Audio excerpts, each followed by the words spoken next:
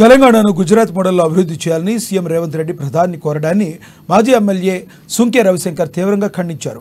రేవంత్ రెడ్డి తెలంగాణ బిడ్డయేనా అన్న అనుమానం కలుగుతుందన్నారు. తెలంగాణను ఆదర్శంగా అభివృద్ధి చేయాల్సిన రేవంత్ రెడ్డి గుజరాత్ మోడల్ గురించి మాట్లాడటం కరెక్ట్ కాదన్నారు. ఇవాళ రైతు బంధు ఇచ్చేది తెలంగాణకు వచ్చి ఆనాడు గుజరాత్ రాష్ట్రం నుంచి వచ్చి రైతు బంధు బాగుంది, మిషన్ భగీరథ ఇక్కడ దేశానికి ఒక రోల్ మోడల్గా ఉంది.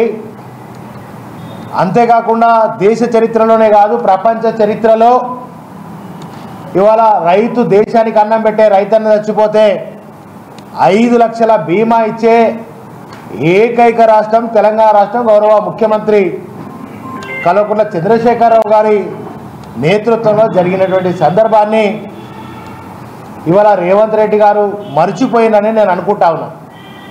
లేకపోతే రేవంత్ రెడ్డి గారు 9.5 ఏళ్ల కింద ఏదైతే కాంగ్రెస్ ప్రభుత్వం ఉండేనో ఆ కాంగ్రెస్ ప్రభుత్వంలో 9.5 ఏళ్ల కింద ఉన్నటువంటి కాంగ్రెస్ ప్రభుత్వంలో ఉన్నామనే భావాన్ని కలిగి ఉన్నాడని అనిపిస్తుంది నాకు. ఎందుకంటే ఆనాడు రైతుల ఆత్మహత్యలు, కరెంటు లేక చేనేత కార్మికులు ఆకలి చావులతో, అంతేకాకుండా ఒక 1000 ఫీట్ల దాకా బోరేసి అదే బోరుబావి దగ్గర రైతు ఆత్మహత్యలు చూసినాం, ఆకలి చావులు చూసినాం, విద్య లేక వైద్యం లేక